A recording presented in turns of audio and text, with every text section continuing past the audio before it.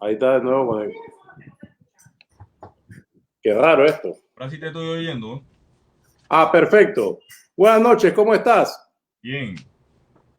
Ok, un poco tarde por tener algunos tipos de inconvenientes con la conexión.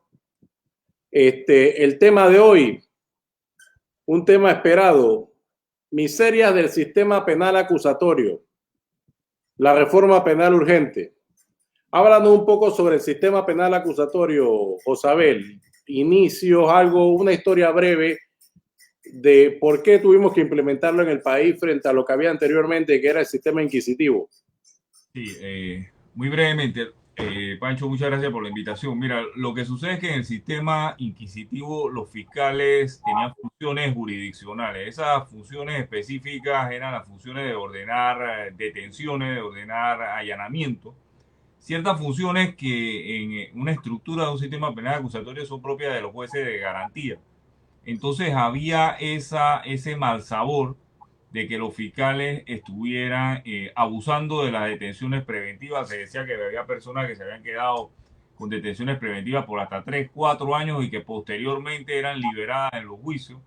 Se hablaba de que había un exceso pues en las detenciones preventivas, que los allanamientos de muchas ocasiones eran ilegales, que no tenían suficiente sustento y posteriormente los casos se caían.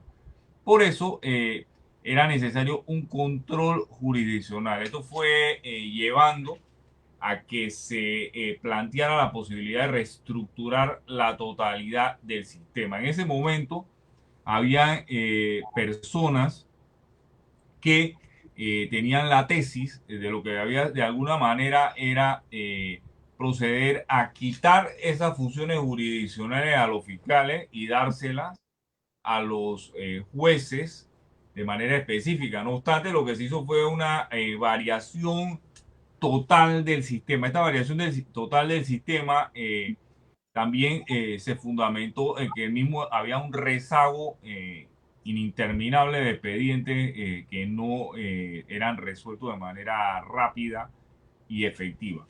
Los controles, ahora me fui yo. Sí, ahora te fuiste tú.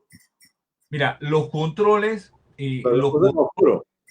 los controles que tenían estas medidas que ejercían los fiscales, las detenciones preventivas, las medidas cautelares de impedimento de salida del país, de firmar periódicamente, de ordenar indagatorias, de ordenar detenciones, los controles no era que no existiesen, sí existían, eran los llamados incidentes de controversia. Estuvimos hoy en día conversando un poco del incidente de controversia.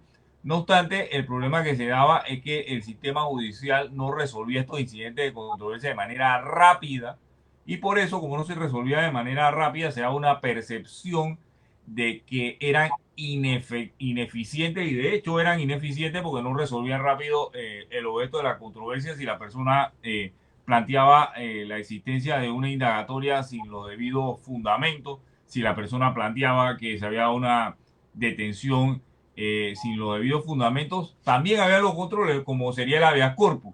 No obstante, siempre estos controles parecían que no eran tan rápidos o tan efectivos como se requería.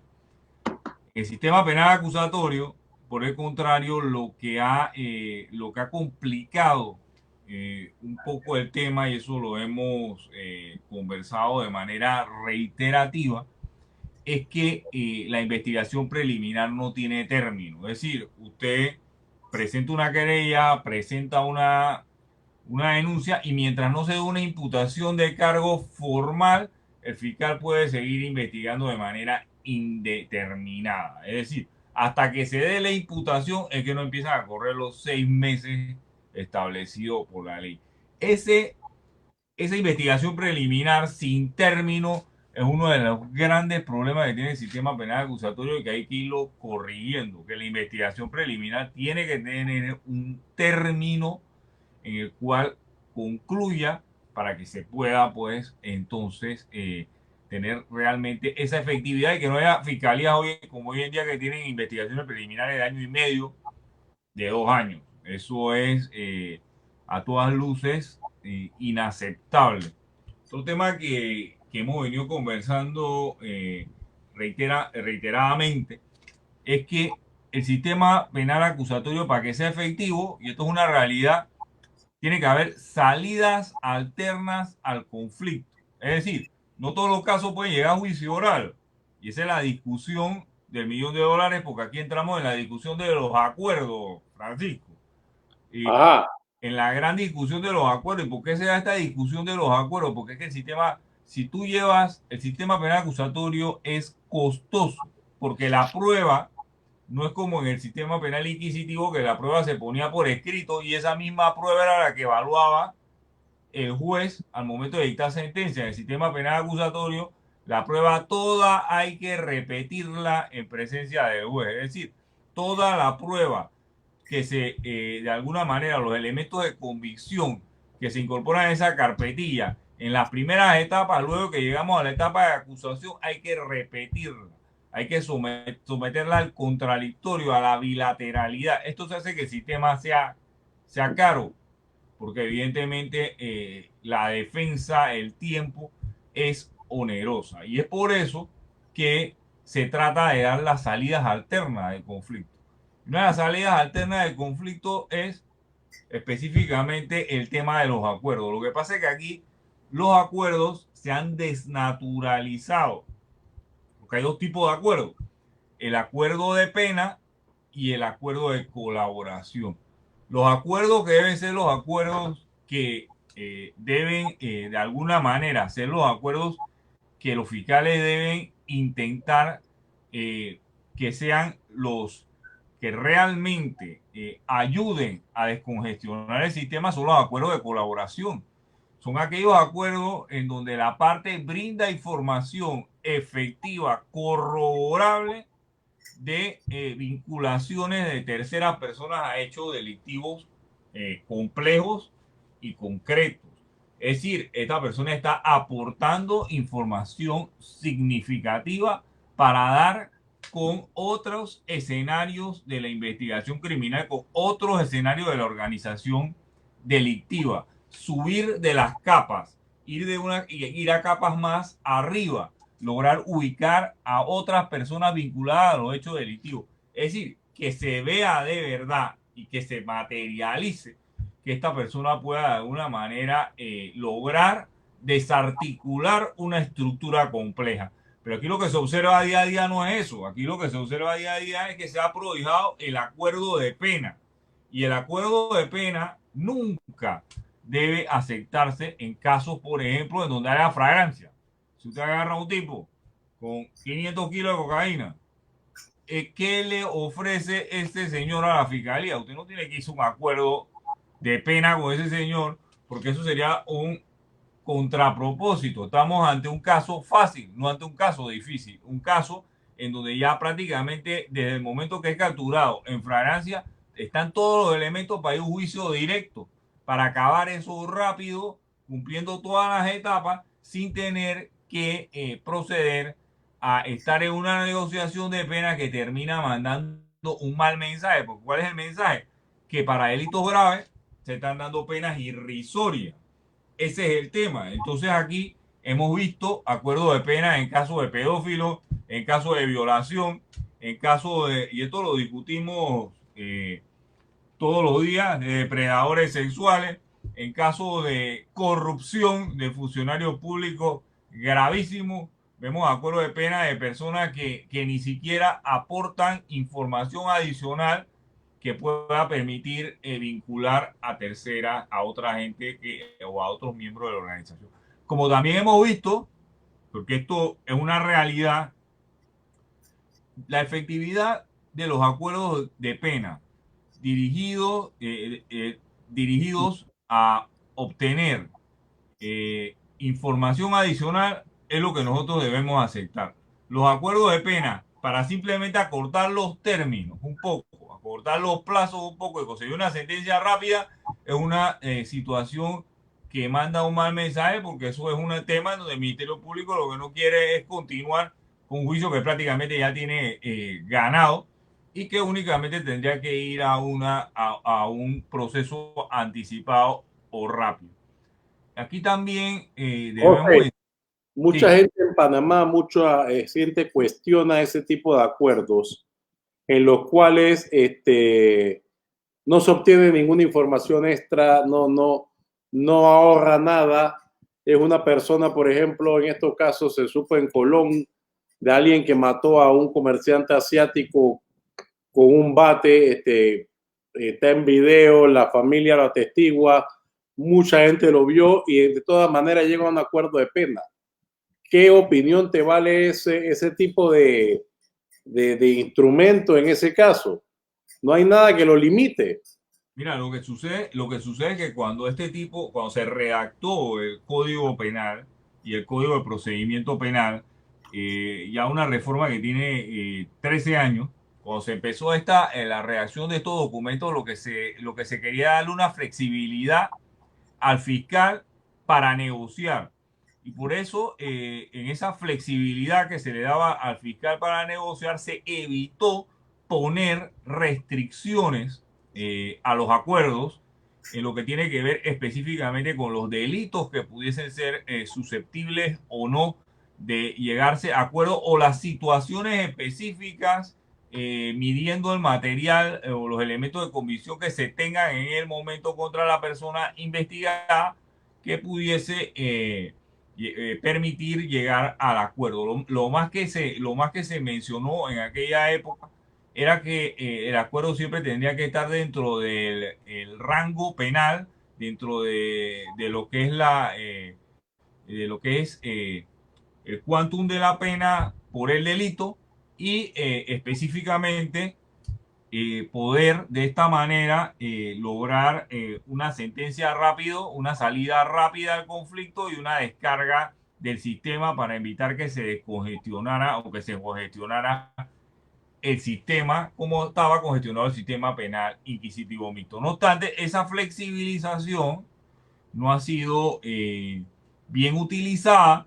Como no ha sido bien utilizada, se ha logrado ver todo tipo de acuerdos en casos que no debiese darse, casos de crímenes graves que no lo requiere, en donde se pudiese llegar fácilmente a una sentencia condenatoria sin la necesidad de ningún acuerdo de la aplicación de una pena grave para delitos que son en efecto graves. En los Estados Unidos los acuerdos tienen éxito porque las penas por los delitos son muy elevadas, que van incluso hasta la cadena perpetua, que van hasta la pena de muerte, que van hasta la aplicación de varios delitos en concurso. Entonces, evidentemente, cuando una persona llega a un acuerdo de pena es porque está esperando una sanción que va a más de 100 años, ciento y pico de años, y evidentemente quiere buscar la manera de reducir la misma y el acuerdo no da una percepción de burla a la administración de justicia.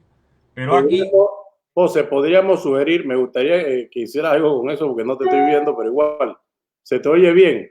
Y a veces el remedio, como hemos visto, es peor que la enfermedad porque tratando de arreglarlo lo puede hasta dañar, no sé, ¿no? no, vamos a dejarlo así. El único problema es que no se ve la corbata de los Yankees, ¿no? Ah, ok, bueno, sí.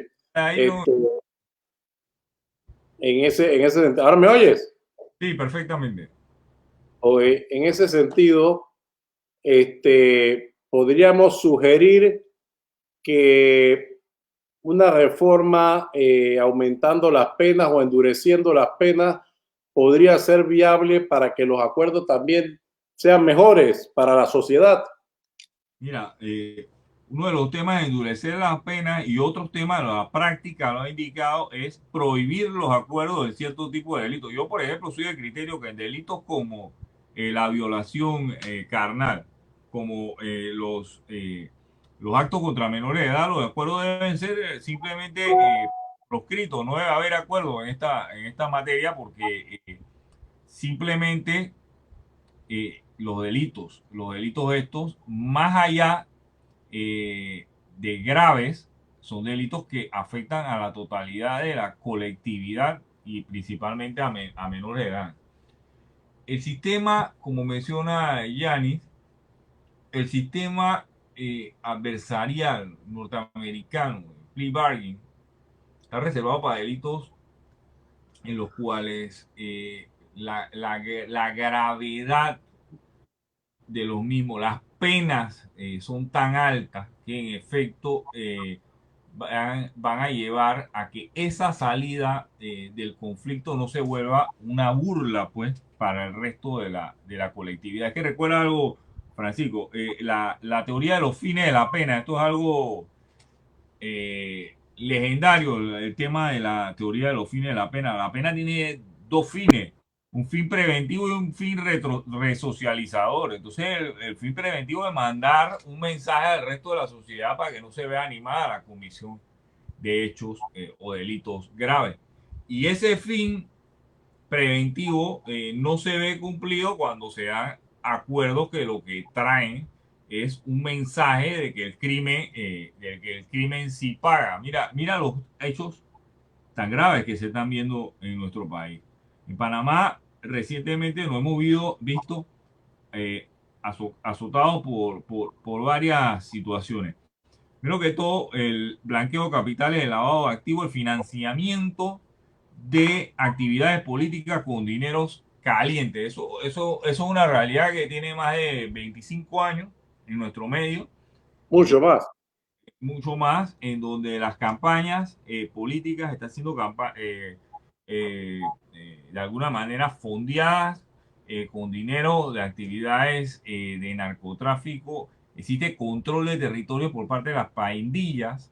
Ese control de territorio para la venta de estupefacientes también es la misma estructura que utilizan muchos políticos para controlar su acervo electoral. Esto desmoraliza a los ciudadanos de bien que quieren dedicarse a este tipo de actividades políticas porque tiene como consecuencia inmediata el encarecimiento total de cualquier tipo de campaña, y las campañas ya no se basan en ideas. Por eso felicito la iniciativa del Movimiento de Acción Nacional.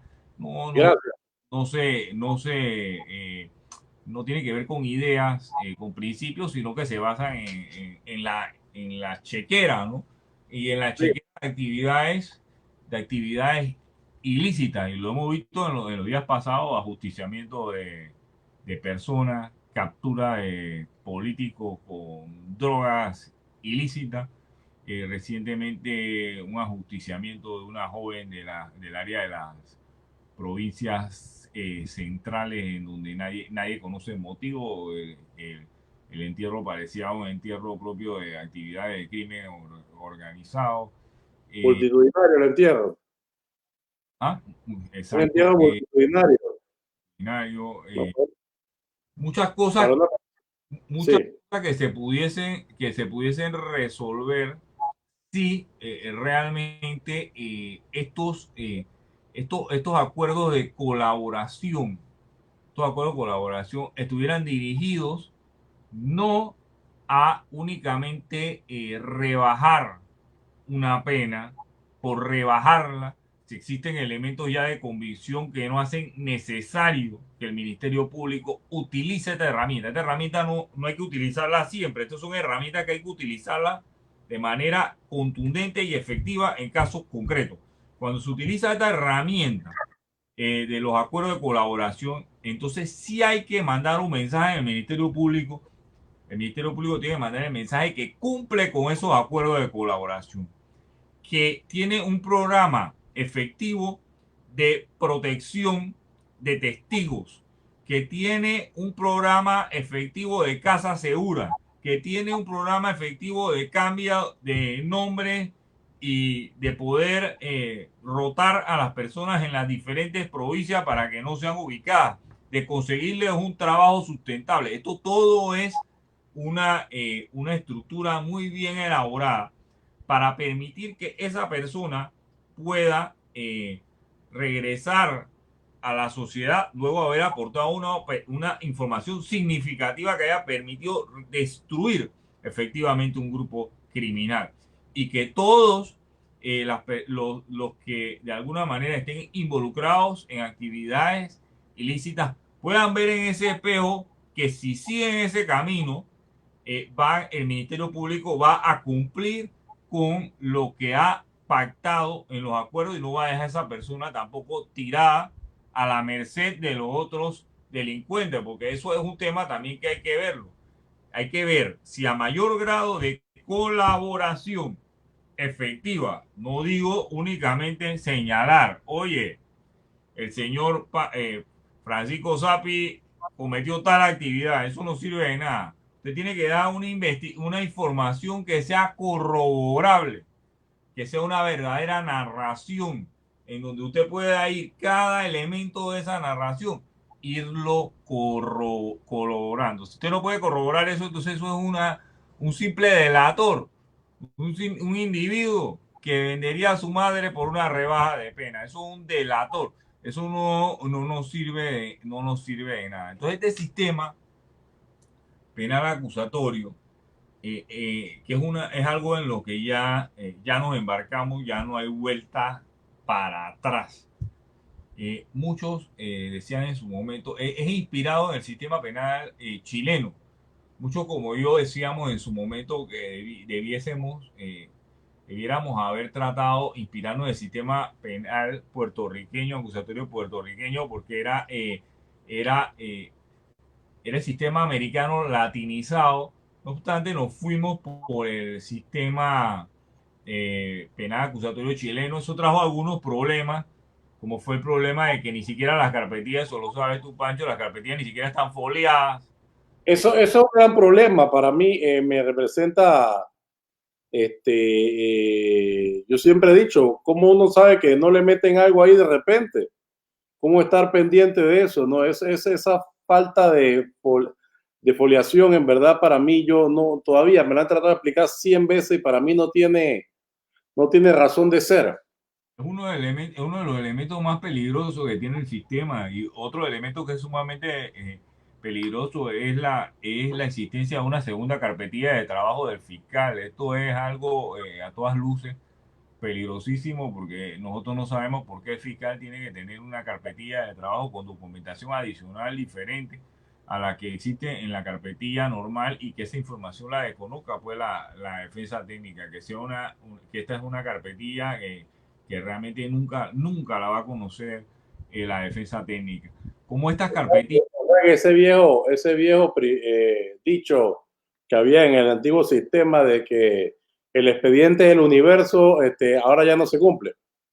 Bueno, es que ahora hay una carpetilla de trabajo del fiscal, en la cual en la cual también hay declaraciones, hay un sinnúmero de documentación, la cual no conoce, pues, no conoce específicamente el abogado defensor. Existe una investigación preliminar que no tiene término, es interminable, como yo he mencionado, y que únicamente arranca ese término cuando se hace la audiencia de imputación ante el juez de garantía. Ahí arranca ese término de 6 meses. Estamos ante la presencia de que al momento en que usted se hace formalmente la acusación por parte del fiscal, luego de concluidos los 6 meses de investigación, el abogado, luego de haber analizado los elementos que el fiscal va a utilizar en el juicio, tiene que salir a ver cuáles son los elementos testimoniales, periciales, documentales que él va a aportar para probar la teoría de su caso. Y todo esto tiene que aportarlo el abogado de manera directa, inversión propia de la persona objeto de la acusación. Es un tema que requiere de verdad gastos específicos, y a veces esto lleva a las personas a que tengan que, sin ser su voluntad real, llegar a acuerdos de pena, acuerdos de colaboración, realmente no se va ante el juicio oral, que es el fin último de todo proceso, ir a un juicio oral. No obstante, aquí la menos cantidad de casos son las que van a juicio oral, porque si todos los casos fueran a juicio oral, el sistema automáticamente.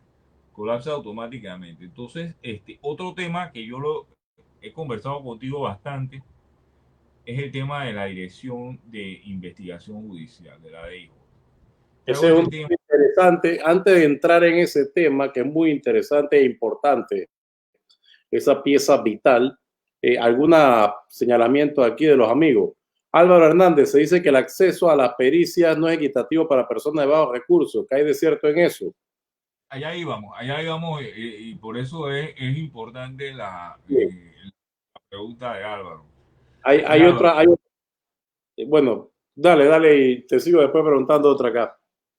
sí, mira, lo que pasa es que en el sistema penal acusatorio, la columna vertebral son los peritajes, esa es la columna vertebral del sistema penal acusatorio. Y los peritajes a nivel del Ministerio Público se encuentran, el sistema de peritaje a nivel del Ministerio Público se encuentra en el IMEL, el Instituto de Medicina Legal, es donde están los peritos. Esa fue la parte de la Dirección de Investigación Judicial, la única parte que quedó específicamente en el Instituto de Medicina Legal, en el IMEL, los peritos. Los peritos son escasos. Además de que los peritos son escasos, la mayoría de los peritos que existen están en el Instituto de Medicina Legal y son peritos que son utilizados evidentemente para fines de la acusación del Ministerio Público. Por eso que la pregunta es interesante, porque el peritaje privado, que sería el peritaje que tendría que utilizarse para probar la teoría del caso de la defensa, es un peritaje que tiene que ser efectivamente pagado, contratado por la defensa. Y ese peritaje, que puede ser un sinnúmero de pericias relacionados con todos temas de expertise, que son temas de expertise que evidentemente no tiene ni el juez, ni el fiscal, ni la defensa, sino que es un expertise directo, específico, que puede permitir lograr la absolución de una persona. Es un expertise que tiene que ser pagado. Es por eso que yo digo que el sistema es oneroso, porque el tema de los peritos ha quedado circunscribido específicamente a la acusación. De igual manera, lo que tiene que ver con la DIJ, que es un término, es un tema importante, lo que era la antigua policía técnica judicial, que era en la DIJ, toda la materia de investigación judicial. Esto ha sido un cuestionamiento que viene desde hace mucho tiempo y específicamente de que esto se dividió por allá a finales del año 2008-2009. ¿Y por qué esto ha traído enormes, pero enormes discusiones? Porque la investigación judicial, que es una investigación que tiene que ver estrictamente cumplir con cierto tipo de parámetros, como el control que tiene que darle a esa investigación la fiscalía y específicamente los jueces. Esa investigación judicial, muchos de los detractores de este sistema sentían que no tenía que estar en la institución que es la llamada directamente a la persecución de los criminales, que es la Policía Nacional. Es decir, la investigación judicial, tenerla dentro de la Policía Nacional, es un tema de amplia discusión. Siempre se ha dicho que la investigación judicial debe estar o en manos del Ministerio Público o en manos del órgano judicial, porque la investigación judicial, con el tema de la investigación judicial, hay muchos temas que están de la mano específicamente con el respeto de garantías constitucionales. Él lo está escribiendo, hizo Aguirre, el tema de las investigaciones científicas forenses. Él lo está escribiendo y lo está escribiendo y lo está diciendo con meridiana precisión, porque en el tema forense usted va a extraer evidencia a favor o en contra de la propia anatomía, ya sea del delincuente o de la víctima. Cuando usted le sustrae una fibra de cabello a una persona, cuando usted le sustrae algún tipo de elemento a una persona que va a permitir que usted pueda acusarlo posteriormente o liberarlo de un cargo posteriormente, usted está evidentemente en una situación en donde está extrayendo evidencia, y esa acción a todas luces que invade la intimidad del ser humano es una acción que debe ser de control por parte de autoridades judiciales. Y es por eso la discusión de que si esto de la investigación judicial debe estar en la mano de la Policía Nacional. Eh, el sistema penal acusatorio, no es que estemos, mire, no es que estemos ante un sistema que más ayuda al imputado.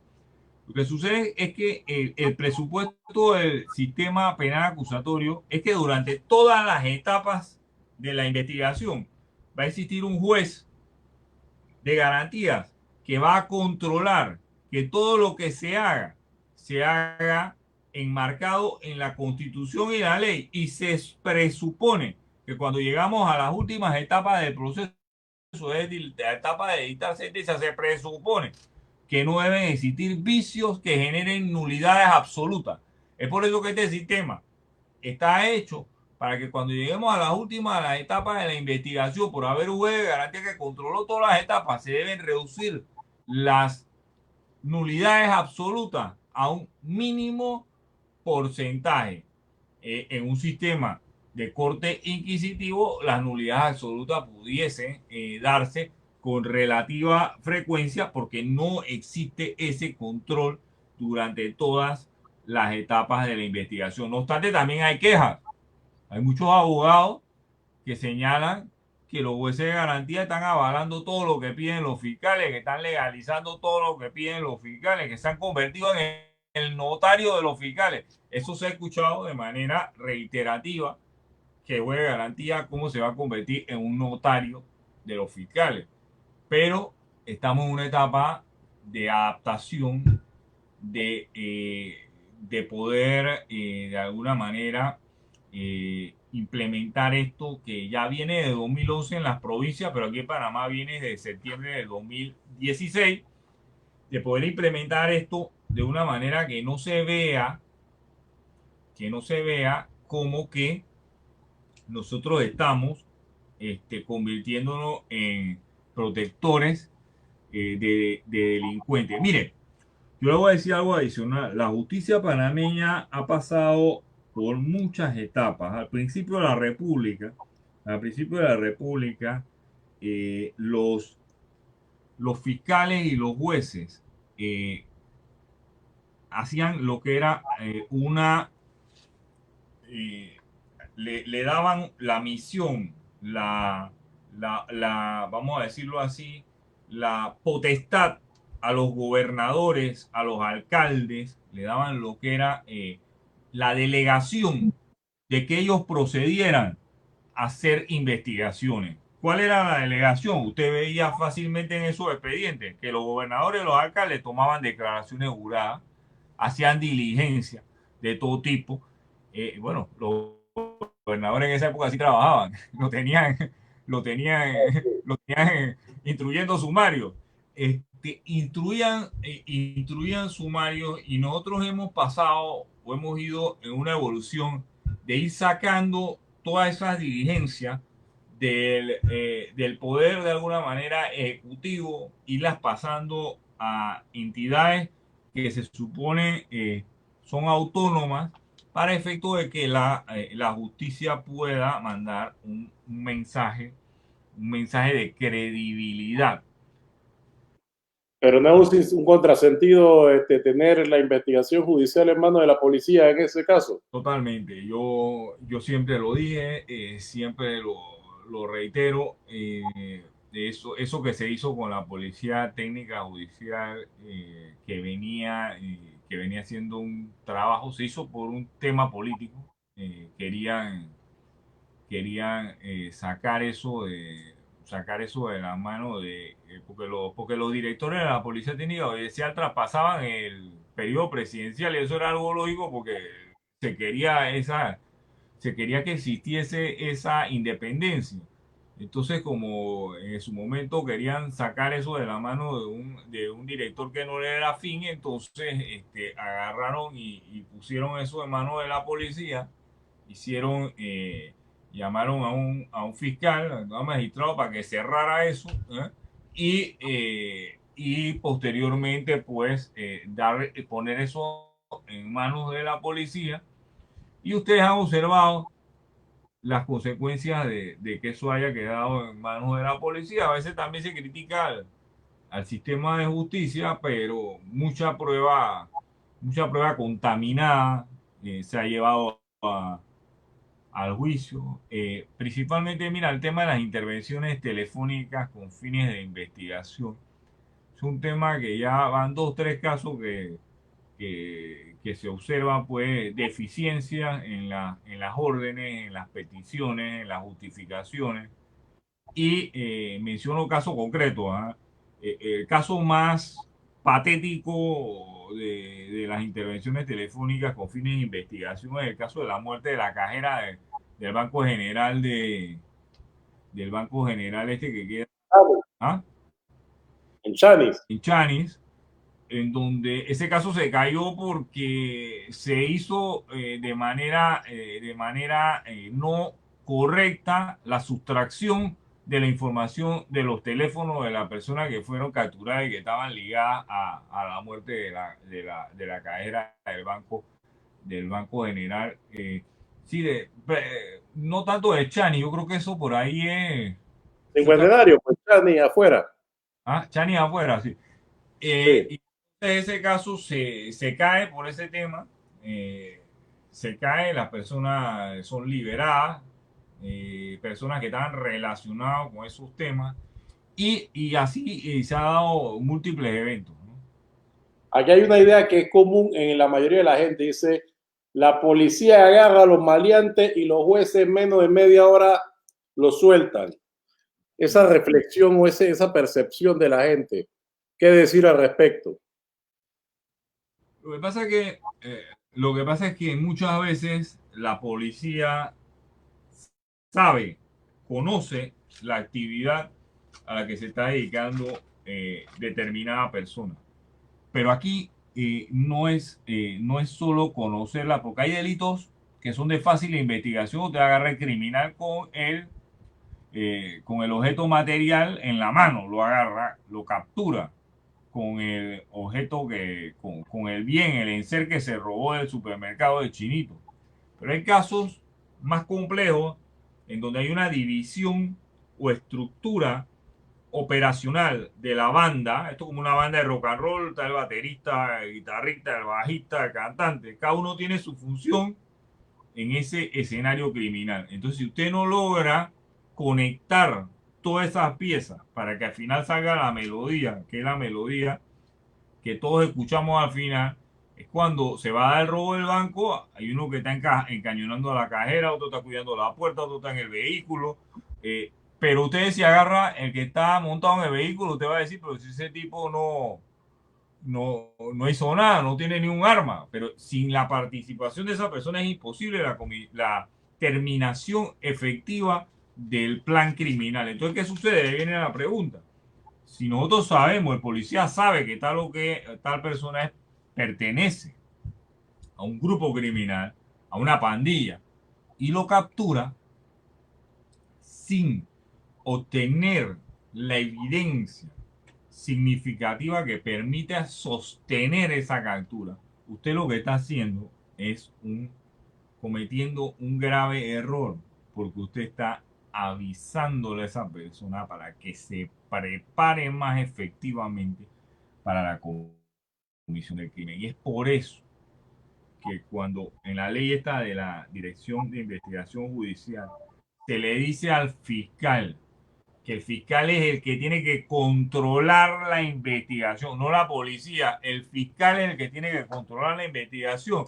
Entonces, el policía tiene previamente que pedirle autorización al fiscal para hacer vigilancia, seguimiento en carro, a pie, recibir información obtenida, estar 24/7 en contacto con el fiscal para que cuando se va a capturar a esa persona, no sucede lo que está diciendo Rodrigo.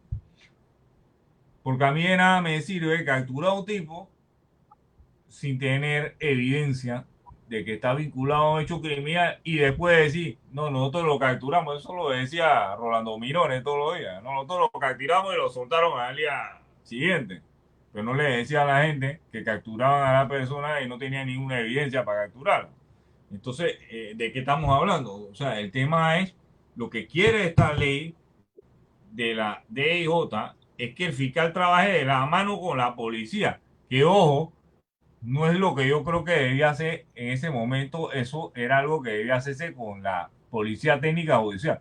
Pero ya como lo tenemos en donde se dice que el fiscal es el director de la investigación, no la policía, el fiscal. La policía tiene que llevar lo que cuenta la información de inteligencia y tiene el fiscal que decirle, usted tiene que ahora vamos a hacer esto, vamos a seguir, vamos a vigilar, vamos a corroborar esa información. José, no te oigo. No, Ahora sí. ya, dime. Ah, ok, no, es que no te estaba oyendo. Ya solté la guitarra. Ah, ok, perfecto. Este, aquí dice el amigo Yanis Yangues Lozano. Nuestro problema radica en que no respetamos la dignidad de las personas porque los que ostentan los cargos tienen el proceso debido como principio y no como el proceso debido. Due process law y menos están aplicando la Convención Americana que es de estricta obligación. Por eso falta la investigación como señala el colega. Es que lo que sucede, eso es muy interesante el tema. Mira, lo que sucede es que la Convención Americana que ha sido mencionada ahí, la gente, muchas veces los policías piensan que esa es una acepción extraña de algún tipo de documento de naturaleza extraterrestre. Y se olvidan, y se olvidan que la Convención Americana forma parte del bloque de la convencionalidad, ni siquiera de la constitucionalidad, del bloque de la convencionalidad. Y esto es importante explicarlo, porque el bloque de la convencionalidad que ha sido reconocido por todos los países del globo, te indica que cuando Panamá procede a firmar, a suscribir una convención, un tratado, y es ratificado por el Senado del país, automáticamente forma parte del bloque de convencionalidad y esa norma tiene mayor valor que el derecho interno. Incluso esa norma está por encima de la constitución política de la República de Panamá. Entonces, las normas que están dentro de la Convención Americana de Derechos Humanos, en materia de derechos humanos, son normas de estricto obligatorio cumplimiento que te pueden destruir un proceso. Entonces, si usted como policía va adelante y hace una investigación, y esto lo he conversado contigo, Pancho, una investigación en donde usted viola elementos de la Convención Americana de Derechos Humanos. Aquí en Panamá hay una laguna legal en el tema de las inspecciones de vehículos. Esa norma nadie la entiende. Es una norma que está en el Código de Procedimiento Penal y que las personas la han tratado de hacer una interpretación de que el policía le tiene que pedir a la persona, ¿sí? Primero, en el caso de que tenga algo en los bolsillos, que muestre los bolsillos o que abra el maletero o que, pero realmente, señores, el vehículo es una extensión del domicilio. Como el vehículo es una extensión del domicilio, lo que debe tener ese policía es información de inteligencia, información obtenida de que en ese vehículo se está cometiendo un hecho delictivo. Y en el evento de que el policía le diga a la persona que yo tengo información obtenida de que en ese vehículo se está cometiendo una actividad delictiva, le solicito autorización para verificar el vehículo. Si la persona se opone, el policía tiene la obligación de custodiar ese vehículo y comunicarse con el juez de garantía para que el juez de garantía ordene el allanamiento de ese vehículo. Lo que no se puede hacer es violar las convenciones internacionales, proceder a que te di el fallo, Francisco, Sí, quiero proceder hablar de esto. a tratar de engañar al conductor diciéndole que tiene que el vehículo va a ser verificado porque tiene la placa vencida y después decir en el expediente que se tenía información de inteligencia que ese carro lo estaban utilizando para blanqueo de capitales. Porque ¿qué hizo el primer tribunal superior? Le dijo, pero si usted tenía información de que ese vehículo se estaba utilizando para el blanqueo de capitales de actividades de narcotráfico, ¿usted por qué paró a ese señor y le dijo que lo estaba parando y le estaba verificando el vehículo porque el vehículo tenía una placa que no coincidía o que era una placa vencida? Eso no tiene nombre. ¿No crees, José, que en ese caso específico, que es de un comerciante de origen asiático, que se cayó todo el caso se cayó por eso, ¿no? Por esa mala práctica del policía, no le cabrá una responsabilidad a esa gente policial, pues, ya no solo administrativo, sino también penal. Porque es que ha complicado todo un expediente. Yo tengo entendido que ellos están buscando la manera de no liberarlo. De hecho, no lo han liberado. Al señor no lo han liberado. Pero el amparo del primer tribunal sí señaló que esa detención era abiertamente ilegal, que era una detención que se había hecho a pesar de que se manejaba información de que este señor estaba en otro tipo de actividades y y le hicieron ver que era porque tenía la placa vencida. Y Eso es es complicado. usual de nuestros agentes policiales usar este tipo de argucias para ver cómo para un auto y después, si la pegaron, la pegaron, pues. Lo que pasa es que la norma la dejaron muy abierta. Esa norma tenía que decir que el allanamiento de ese vehículo se tenía que hacer estrictamente con una orden de allanamiento de un juez de garantía. Claro, una tesis de que el vehículo es la extensión del domicilio. Podían hacer ellos era custodiar el vehículo hasta que el juez de garantía emitiera la orden. Eso era lo más que se podía hacer. Pero esa norma como la dejaron, se ha prestado para todo tipo de situaciones. Sí, aquí está el amigo Costa Yanarea que dice a Feyo Pérez, el diputado lo agarraron con armas ilegales, ¿dónde está su puesto y en base a qué lo liberaron cuando al hijo de la cocinera le meten 60 meses de prisión? No conozco el caso del señor Pérez. Ese, no he revisado bien ese tema, pero sí hay algo interesante como lo que está diciendo Costa, en el tema de las armas ilegales. Tú sabes, Pacho, eso lo conversaba muy bien en la tarde. Sí, De las armas ilegales, aquí hay que tener bastante cuidado porque aquí hubo un caso interesante hace como 2 meses en donde se habló que habían agarrado a una persona con armas de guerra y se comenzó a detener gente que eso era, detuvieron un Pancho a Yacir Purcay, se llevaron al representante de Bellavista, una cantidad de personas, y después a las 24 horas las personas se enteraron y comenzaron a decretar todas las detenciones, las aprehensiones esas ilegales, y lo que es peor, cuando hicieron el peritaje, cuando hicieron el peritaje, señalaron que no eran armas de guerra las armas que habían sido eh, retenidas. Entonces, yo me pregunto, se llevaron a Picuro, se llevaron a Fran Abreu, eso fue una cosa bárbara, ¿no? Omar Entonces, Pinzón. Omar Pinzón, entonces después dijeron que no eran armas de guerra. Entonces yo me pregunto cómo un caso de esta magnitud no se hizo primero un dictamen pericial en la Policía Técnica Judicial, en donde en cuestión de 24 horas se pudiera establecer si esas armas eran de guerra o no eran de guerra.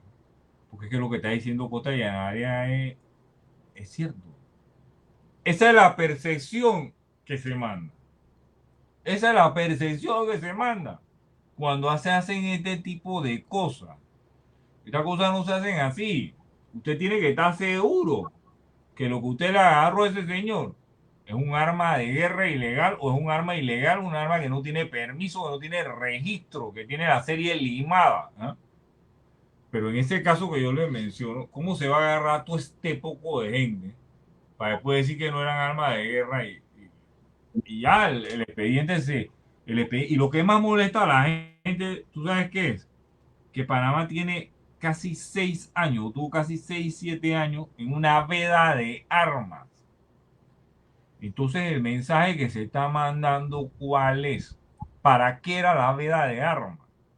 La veda de armas era para propiciar el mercado ilícito de armas, que las armas salieran de dónde, porque las armas han seguido en la calle y las personas de bien que quieren tener un arma para defenderla no la pueden comprar porque las armas no se pueden importar de manera legal porque seguimos en una veda permanente de armas que ya supuestamente se acabó, pero según lo que me dicen, ahora es prácticamente los requisitos son tan interminables que no se pueden igual importar las armas. O sea, que estamos como si siguiéramos en una veda de armas.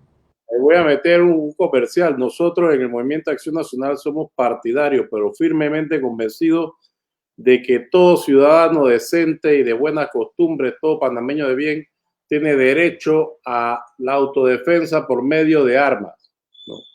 Porque no puede ser que estemos en un estado de indefensión frente al AMPA, frente al criminal, frente a los malvados, frente al elemento que siempre obtiene armas en la calle y nosotros no podamos defendernos, ¿no?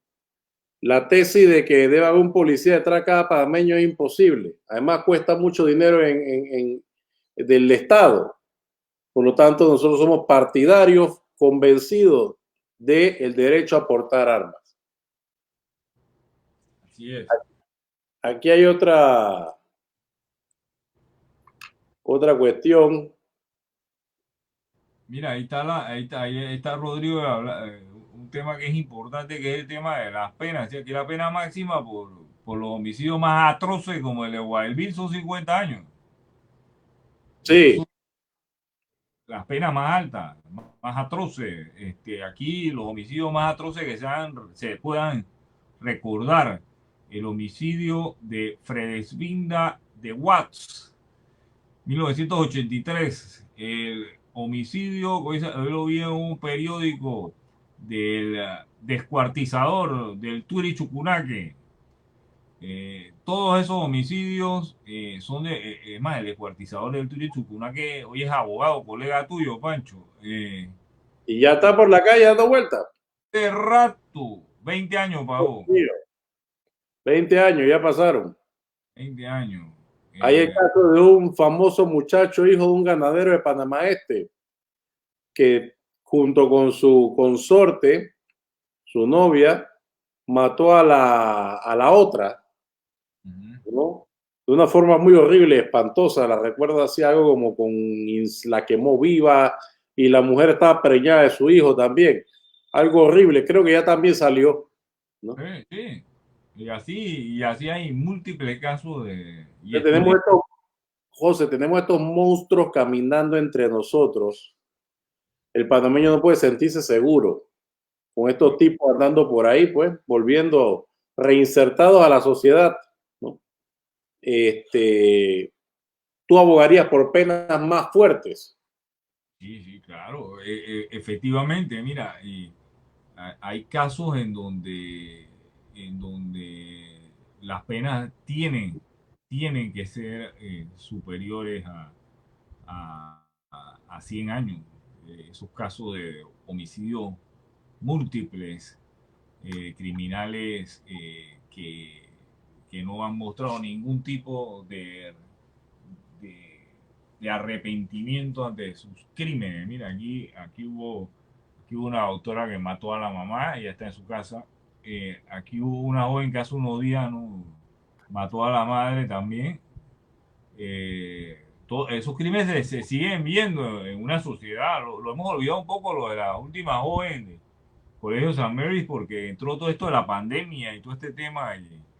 Pero eso está ahí en el tapete. Hay que ver esa audiencia en qué va a terminar. Aquí nadie se acuerda qué sucedió. Yo creo que esto lo repito.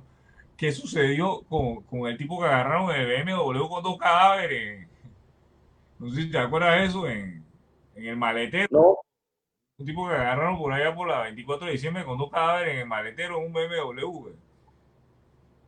Eso es un tema. Ah, oí algo de eso, oí algo de eso. ¿Cómo era? ¿Qué cosa más espeluznante? Y se menciona que eso por allá es otro metedero de droga, al igual que múltiples áreas eh, relacionadas pues con,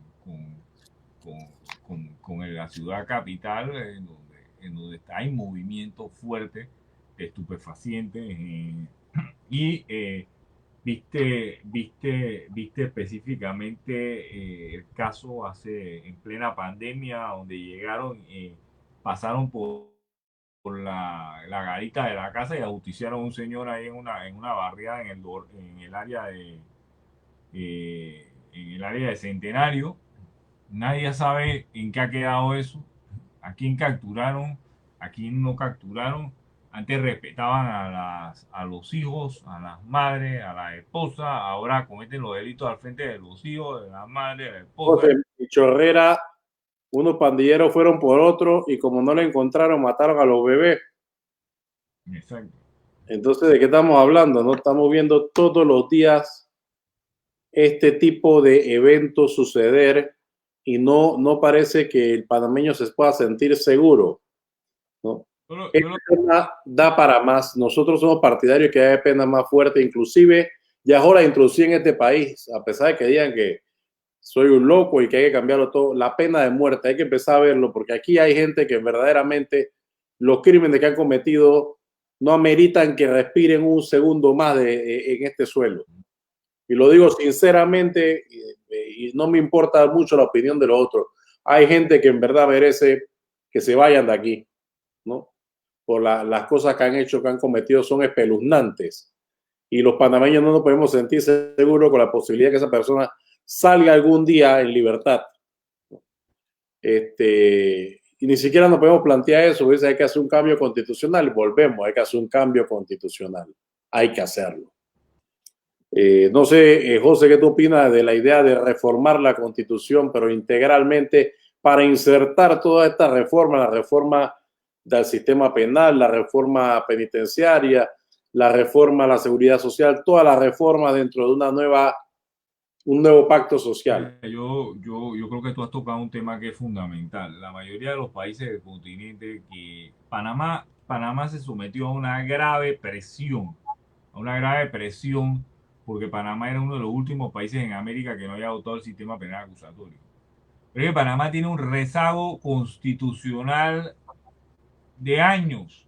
Entonces nosotros hemos adoptado un sistema penal acusatorio sin haber cambiado el contenido de la constitución política. Es decir, nuestra constitución política está de la misma manera que como estaba cuando estábamos ante el sistema inquisitivo mixto. Es decir, la constitución política, que es la norma fundamental, no puede sustentar un sistema penal acusatorio, garantista y libre si esta constitución política es una constitución que evidentemente ya cumplió su cometido. Lo que pasa es que aquí, cuando yo tenía la esperanza de que esa constitución iba a ser modificada en este gobierno, tenía la esperanza de que eso iba a suceder.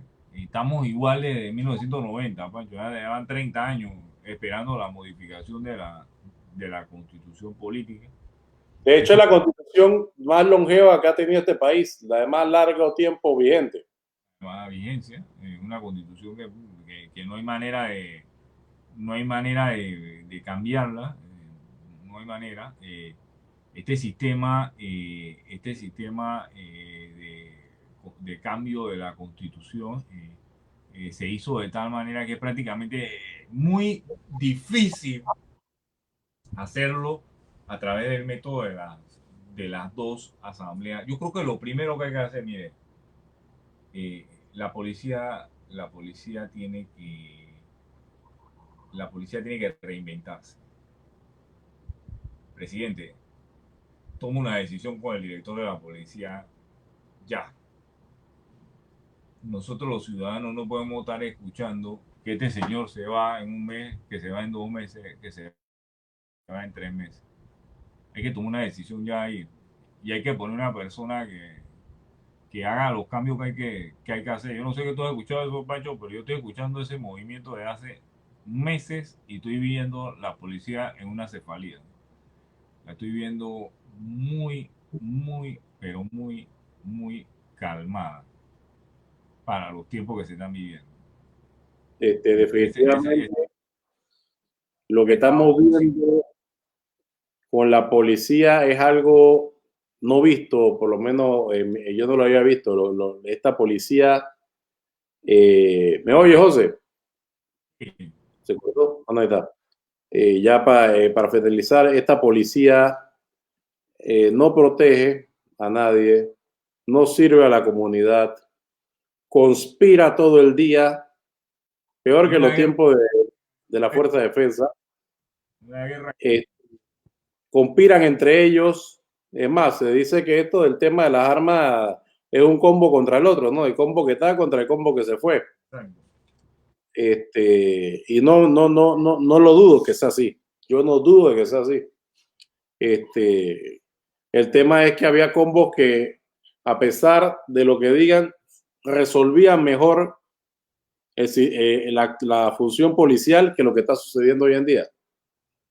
Así es. Porque hoy en día, a pesar de confinamiento, a pesar de toque de queda, el que nunca descansó fue el AMPA. 24/7, sicariato, robos, homicidios, todo tipo de narcotráfico, en fin.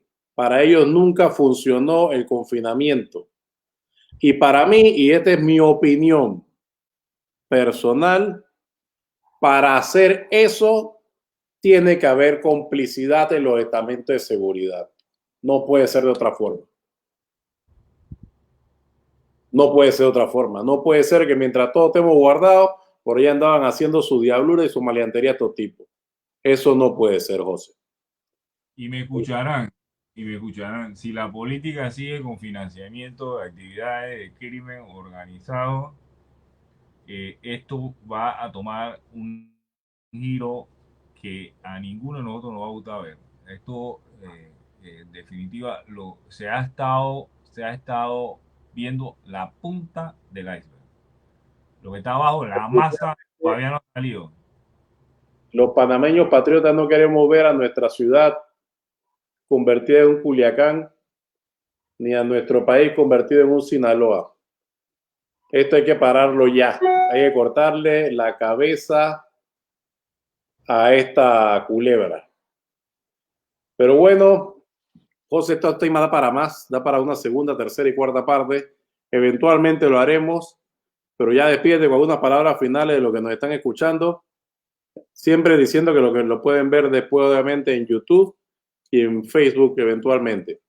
Te agradezco muchísimo la atención a ti, Pancho, por la invitación. Veo que hay un sinnúmero de gente conectada a pesar de la hora, a pesar de los inconvenientes técnicos. Y es un tema es un tema que es interesante, es un tema que siempre está de moda y es un tema que genera muchas